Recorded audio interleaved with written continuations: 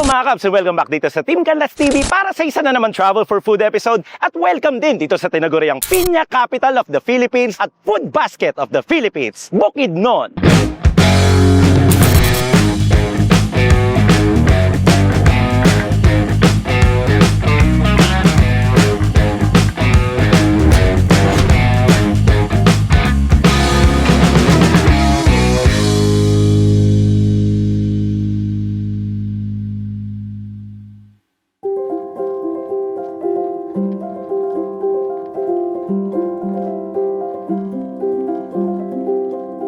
Pilipinas pa ba to? O nasa ibang bansa na tayo? Welcome sa Bukidnon, isang malawak na probinsya, malinis, sariwa ang hangin at napapaligiran ng mga bundok at mga preskong pananim.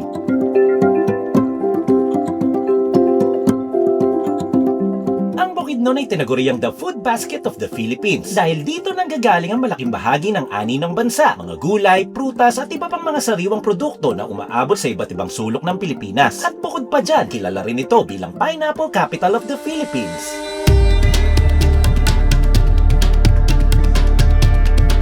At kahit na moderno na ang agrikultura, nananatili pa rin buhay ang kanilang kultura dahil may 7 tribo sa Bukidnon na hanggang ngayon ay pinapangalagaan ang kanilang tradisyon. Ito ang mga Higaonon, Talaandi, Manobo, Matigsalog, Tigwahanon, Umayamnon at Bukidnon. Lahat sila ay makikita sa makulay na pagdiriwang ng kanilang Kaamulan Festival na sumakto naman sa pagbisita natin ngayong taon. Kaamulan is in Malaybalay, celebration of the 7 tribes in whole of Bukidnon. No? Di tulad ng mga ibang piyesta, ang Kaamulan ay hindi tungkol sa relihiyon, kundi isang pagdiriwang ng pagkakakinanlan, pagpapasalamat at pagpapakita ng bawat tribo ng kanilang kultura at pinagmulan.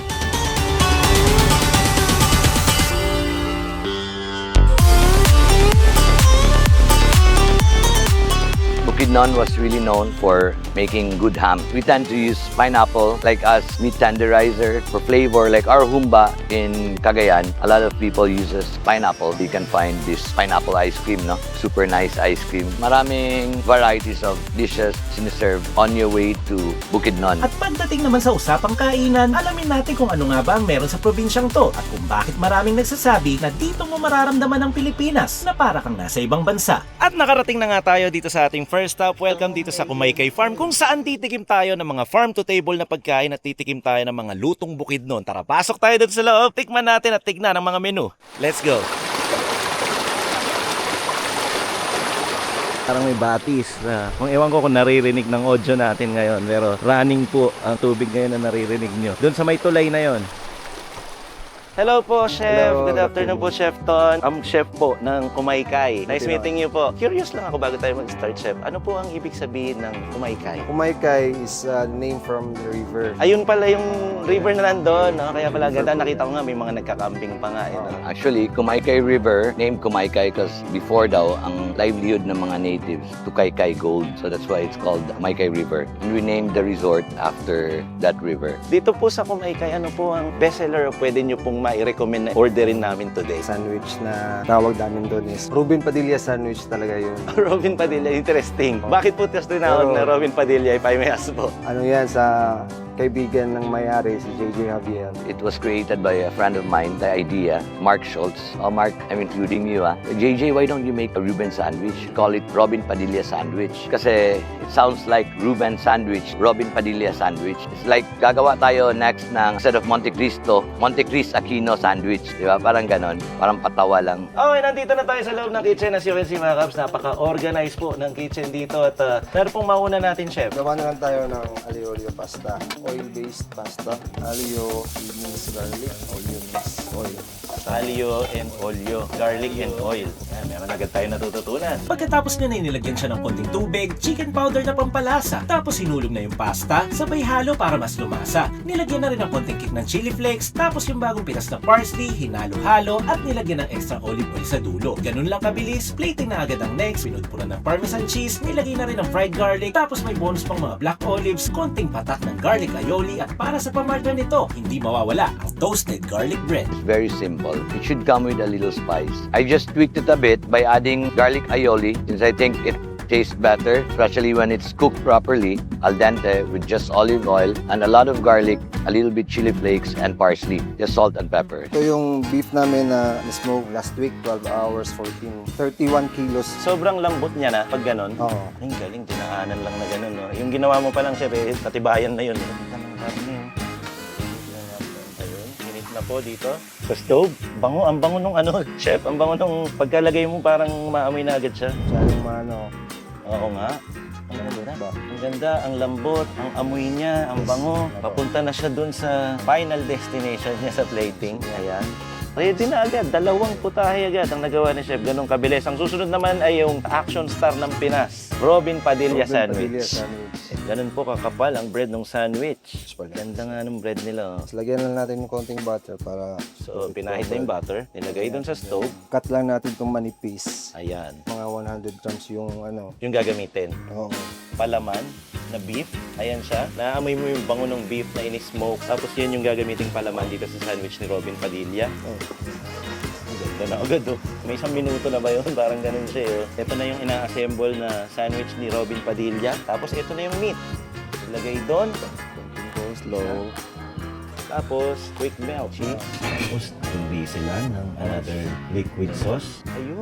Basta ang sandwich ni Sir Robin. Chef Ton, salamat po sa pagpe-present niyo sa amin ng paano i-prepare itong mga special ninyo na dish. Titikman na po namin to. Maraming salamat po, Chef Ton. Bago tayo kumain, ay gusto ko lang pakita sa inyo yung farm nila. Dito nila kinukuha yung mga ingredients nila. So makakasiguro kayo na fresh ang bawat nilalagay nila sa kanilang mga kusina. So kapag dumating siya sa table ninyo, alam mong farm to table talaga ang nangyari. Dito banda ay may mga parsley, may mga talong at kung ano-ano pa. Doon nga ay merong ampalaya. Ang dami nilang tanim dito na kapag meron silang kailangan, hindi na nila kailangan palengkihin yan. Pipitasin na lang dito. Meron din silang strawberry sa farm nila. Ayan, para ka ring nasa Baguio dito dahil ang klima dito sa Bukidnon ay talaga namang malamig din. So, ang strawberry ay tumutubo din sa kanila. At banda doon ay meron silang ampalaya at saka meron pa silang mga lettuce. Kaya tara, nakita nyo na yung farm nila. Pwede tayong kumain. Let's go! Maganda na mga kap! Mga unta, mga At kaps! welcome dito sa Food Basket at Pineapple Capital of the Philippines. Nandito tayo ngayon sa Bukidnon finally with camera woman. Thank you so much, Cabs Chess. At dinala mo ko dito sa Bukidnon. Nakakatuwa kasi ito yung trip na hindi natin in-expect. Totoo yan dahil nandun lang naman tayo sa Sa CDO, Northern din. Hindi natin Bukidnon. alam na by land, makakapunta tayong Bukidnon. Anyway, nandito tayo sa Pumaykay. So, ang mga in-order natin dito at mga niluto ni Chef Ton, actually mga recommendation niya to at nakita natin niluto niya itong aglio olio pasta, smoked beef. Meron din tayong sausage platter at ang pinagmamalaki nilang Robin Padilla sandwich. Curious ako dun dito. sa Robin Padilla sandwich. Well, kasi daw, action star ang mga inspo ng kanilang sandwiches. Wow. Actually, meron pa nga daw sana silang ilalabas na. Hindi pa siya available. Fernando po Jr. sandwich. Wow! Parang babalik tayo para kay Fernando Yan. po. Kasi ewan ko, parang ganun na lang daw yung naisip nila ng mga bosses. Ito ay nakikita nyo sa title kanina. Dito tahatiin natin. Ayan Wow. yung itsura nyo. Pakita natin dun sa camera ni Jumbo din. Ang ganda oh. Ang ano niya, yung grease ng Grabe, sandwich no? lumalabas na. Ang daming nilagay dyan. Robin Cheers. Padilla sandwich. Cheers tayo.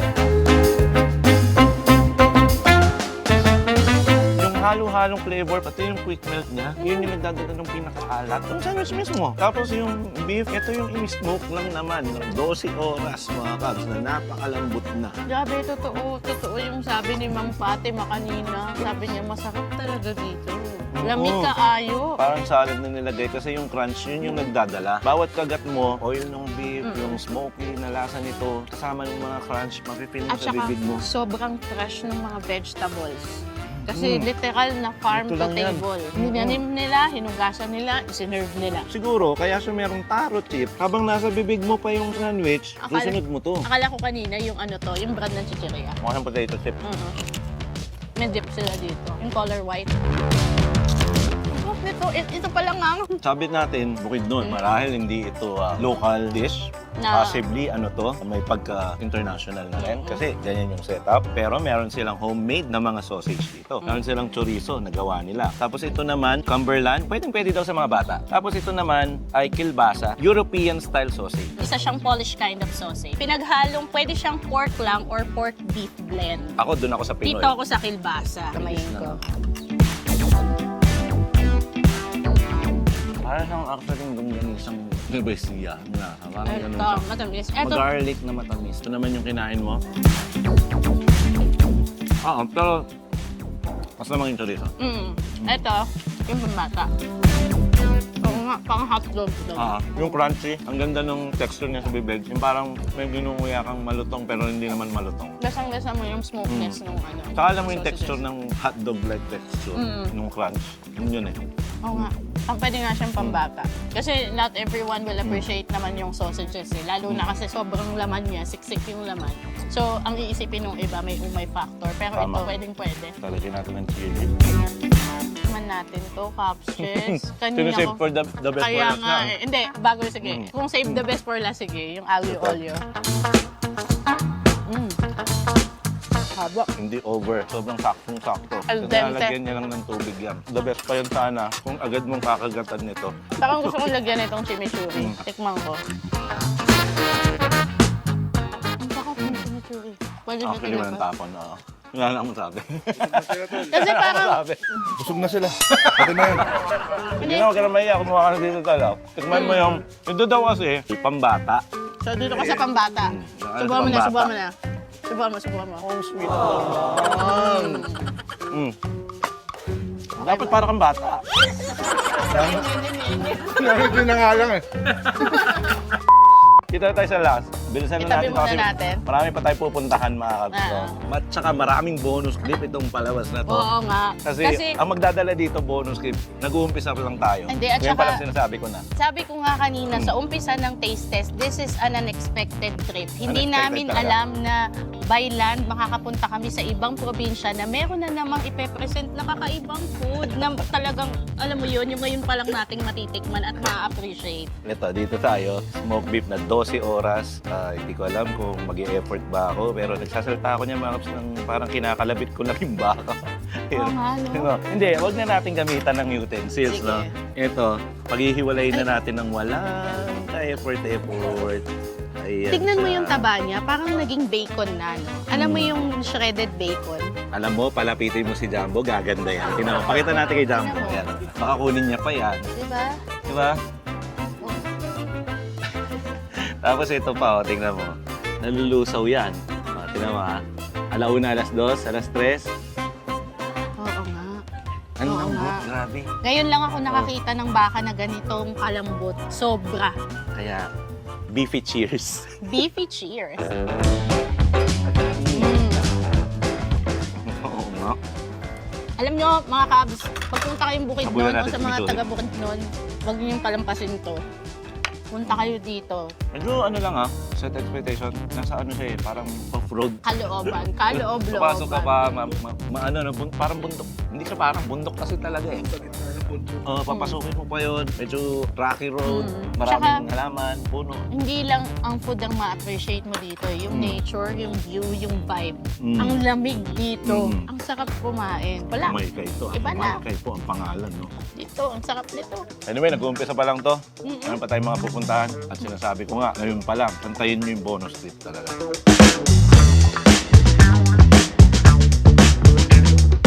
Kano yan, sir? Nandun sa Anong tawag dito? Purple na? malagkit. Purple malagkit. Ito. Binaki. Binaki ang tawag. Papunta kami doon sa susunod namin pupunta pero dadaan tayo stopover. Okay na po to. Thank you. Sige po. Dito naman tayo lumipat sa Malaybalay City para sa Kaamulan Festival pero hindi pa to ngayon dahil mamaya sa bonus clip marami kayong aabangan. Tara, punta muna tayo doon sa next food trip. Continue natin ang video.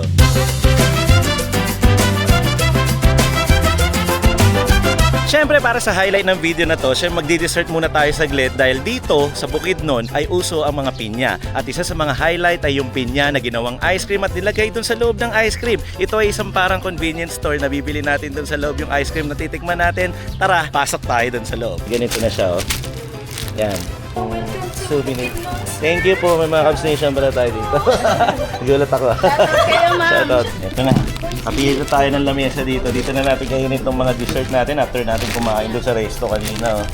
Okay, start na tayo. Galing mo pala oh. Iniisip ko kanina dahil nasa freezer siya, baka matigas. Saka nakakatawa yung presentation nila. Tignan mo naman. galing, ah. Ang galing. Ang lamig din. Pag nakita mo, talagang nagyayelo yung labas nung yung pinya mismo. Frozen na, no? Galing. And pag binuksan, medyo matigas pa sa Iikot akin. mo lang, ikot. Okay. Yan. Ayan. Oh, sumama pa. surprise! Ang ganda! Nakakatuwa naman dito sa Ice Bukidnon. cream na pinya. Dito sa Pinya Capital of the Philippines. No? Scrape lang natin konti, Sige. tama, tikman natin. Ay, hindi na kailangan. Madali lang. Malambot oh. nga. Oh. Cheers! Cheers! Ang lamig, ang takap. Tapos ano, manamis-namis na maasim-asim yung pinya. Lasa ng pinya, yun din yun. Mas creamy na kasi meron ng gatas. Nakakatuwa.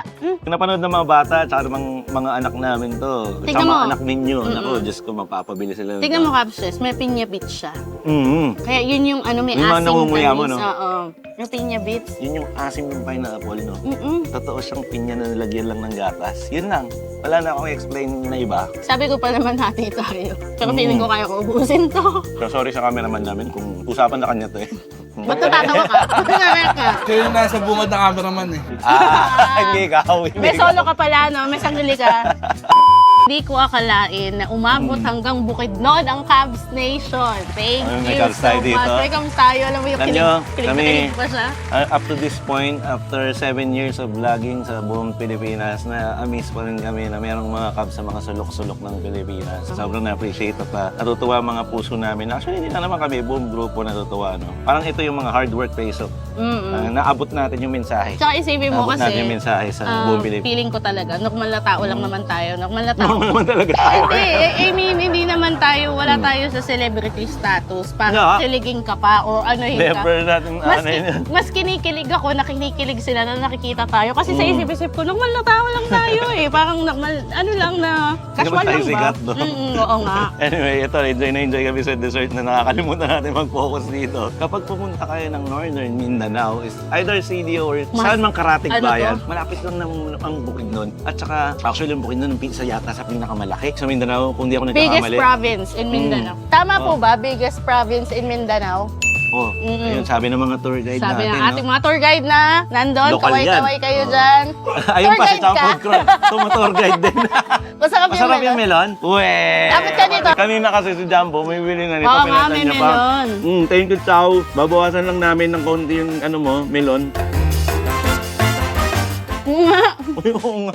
Ang sarap. Parang alam mo mo yung yung- melon, ha? Oo, yun yung Nasa- sasabihin.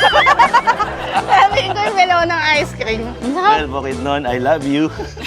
Sana makabalik kami dito, no? Actually, isa sa mga mission, hindi ko sasabihin muna sana, pero baka kasi hindi matupad. Gusto ko i-discover Mindanao. Oo. Parang kasi Mindanao is hindi wow. hindi pa naman natin natatapos talaga hindi naman talaga natin na-conquer pa ang buong Visayas. Pero mostly talaga ng mga kilalang city or provinces sa Visayas napuntahan na natin. Pero ngayon parang mas interested kami na i-conquer pa yung Mindanao. Parang- So babalik kami dito. Parang feeling ko nabuo yung being Filipino citizen ko, na experience ko yung Luzon, Visayas, Tsaka Mindanao. pinaboost nila ma'am and sir yung confidence natin na bumalik dito sa Mindanao. Kasi syempre di ba Hindi naman na classic yun. Hindi na katulad noon daw. Oo, na alam natin na nakakatakot. ang stigma sa Mindanao pag sinabing ganito, delikado. Pero hindi. Andito nga kami, nag-i-enjoy oh. Ang ngiti nga. No, parang mas nagugustuhan ko na nga dito. Ito nga gusto nang tumira ng CDO eh.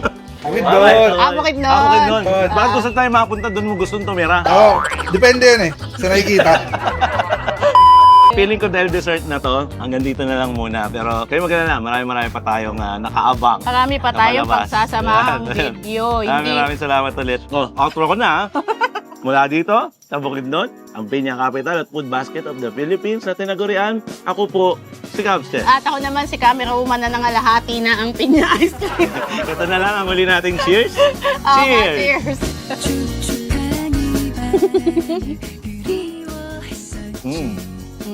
Luzon, Visayas, Mindanao, talaga namang manyaman. Kenny! Bye and peace out sa inyo mga Bye-bye. Nilunok niya pa yung ice cream bago peace out. Bye-bye!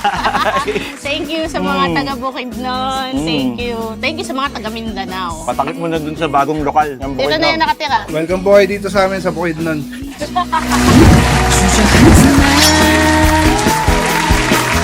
Ang alam ko, Ilocos empanada, pero bakit may Bukidnon empanada na pala? Oh. Corn siya. Corn ang laman. Oo, tapos chicken, carrots, mga lamas niya sir. Tapos egg, Pinya. Dahil pineapple capital. Tapos, ito, cheese. Try mo, sir. Try Magkano mo. ba isa? 89, sir. 89. O sige, bibili ako ng isa, titikbang ko muna. Yung Sige, bukid sir. nun empanada. Ayan, so confident pa si ate. Talagang masarap siguro ang bukid nun empanada. Ay, laki naman pala. Oh, sir. Tapos anong sausawan niya natin? Ito, sir. Pili ka lang. Hot Suka din. Hindi, sir. Suka. Kung siya. Ah, Hot sauce. sauce. Mayonnaise, sir. Bukid nun, empanada, bagong discover. Meron pala nun. Nakala ko Ilocos empanada lang. 89 pesos.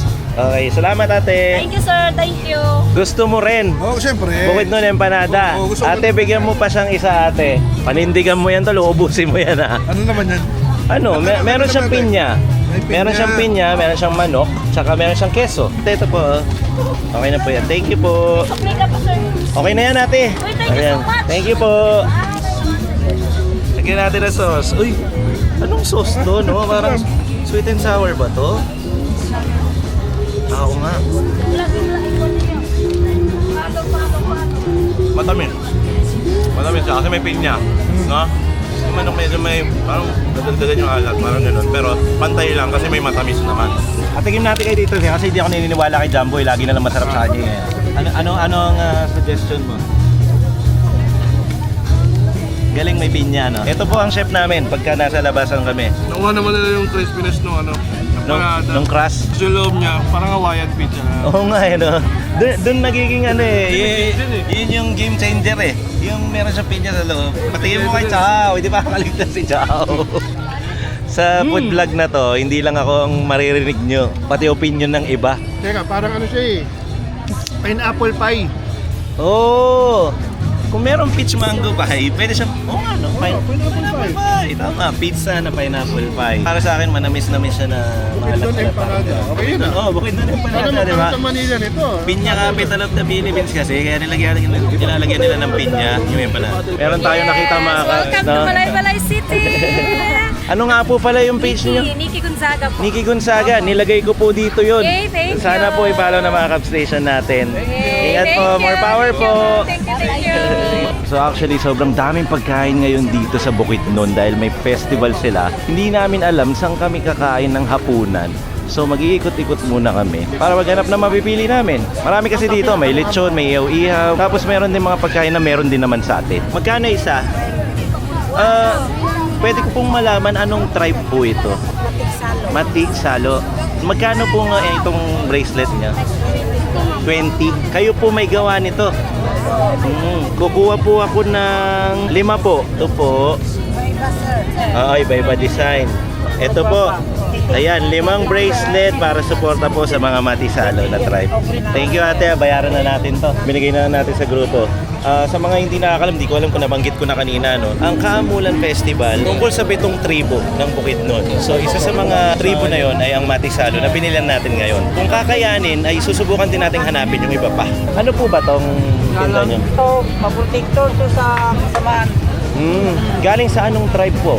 Kayo? Manobo. Magkano naman po yung ganyan? 100. 100. Ano po ang ginagawa? Protection sa kasamaan. Bilang suporta, kukuha po muna ako ng isa. Ito pala yung fountain na nandun yung 7 tribes. Katulad niya, nakasulat dyan, no? Talaandik, Manobo. Kung ano yung mga hinahanap natin, ay nandito, mababasa natin dito para hindi na tayo mahirapan, hindi na natin kailangan mag-google. Dito nga pala namin sinut most of the first part ng video na to. Yun pa rin, yung may pinya na yan. Kasalukuyan nagpapalipad si Jumbo at gusto ko lang i-chismis sa inyo na muntik niya nang sirain yung drone natin dahil sumampay siya sa mga wire. Hindi ko alam kung nakikita. Gusto ko lang siya isumbong sa inyo, Cub Station. Makikita naka-record. I-b-roll din natin yung pagkakasabit niya sa mga wire na to. Sa nawalan po ng internet sa Bukidnon, pasensya na po sa taong ito. Ayan, mga Cubs, kung umabot kayo dito, pakisermonan po si Jumbo sa comment section. Yan, nag-enjoy lang kami mga Cubs, dito kami at wala pa kaming idea kung anong nakain namin sa mga oras na to, no? Kanina, galing lang kami doon, ay secret na lang yun, basta nag-vlog kami kanina, basta ibang episode yun. Alright, tingnan mo si Pati mo, namimigay pa ng ng souvenir. Kung gusto niyo magkaroon ng Thank ganito, you, thank tawagan niyo you. si Ate Fatima. Thank you. Eto, bayad na tayo. Sulitin ko lang yung tour natin, no? Ang nakikita nyo ngayon, habang binobonus clip ko to, ay aerial shot itong magandang farm ng ng pineapple. Pati yung pagkakahanay at pagkakalinya na nakikita nyo ay gawang tao, hindi po gawang alien. Tapos pagbaba ng drone naman, ito naman yung nasa land area na makikita nyo. Ito yung land view. Tapos ito yung farm. Hindi lang tayo pumapasok ngayon kasi no entry for tourists as you can see mga kaps, no. Tapos pagkatapos kong pakita lahat ng farm ng pineapple, papakita ko naman sa inyo yung kumontent ng kino-content ko ngayon. Ito siya. Oh. Ano ang content nila? Content. Yan, palabas saan? Kahit saan channel. Aglio olio pasta, smoked beef. Sausage platter at ang pinagmamalaki nilang Robin Hood sandwich. Robin Hood? Sorry. Ayun naman yung pangalan niya talaga. Trivia pala. Tingnan lang natin. Sige.